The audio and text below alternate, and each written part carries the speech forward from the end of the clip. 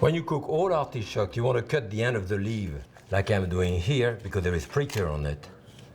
And you want to buy beautiful artichoke. You cook that in boiling water, wet enough so that they are tender, and then you remove the center and the choke. However, when you go to the market, when I go to the market, and if I see some artichokes, and these ones are still pretty nice, but they're already pretty yellow and dark, that's when you buy them for artichoke bottom. They are less expensive. So first, don't throw out the stem. Again, the stem, you want to peel it, just like you do for the broccoli. You want to put a little bit of lemon juice because that discolor. And then you cook it. This is very tender when it's cooked. Now, if you don't know how to do an artichoke, it's a bit tricky. So you have to do what I'm doing here, at least a few times to get into the mood. And what I'm doing here, I'm doing actually the same way you would do if I was eating an artichoke. I'm breaking the artichoke and pulling down. And you can see that here and here, where the meat should be, it stays right there because I break and pull, break and pull, break and pull. If I pull it this way, and I remove the piece of meat, here it is, which I shouldn't. So I do that to be all around, at least all of the bottom of the artichoke is clear, so I know I'm not going to cut into it with my knife. Then I cut the top, as you do normally. You can use a small knife, you can actually use a good vegetable peeler and just clean it on the outside. And that, for people who've never done an artichoke bottom, probably the safest way of doing it. Because often we have a tendency to cut into it.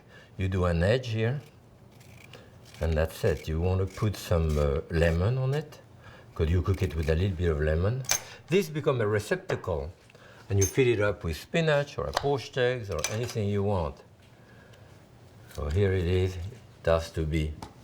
Now, if you're a bit more proficient with the knife, as professional, conventionally the way we do it, we cut it here, and I cut around with the knife this way.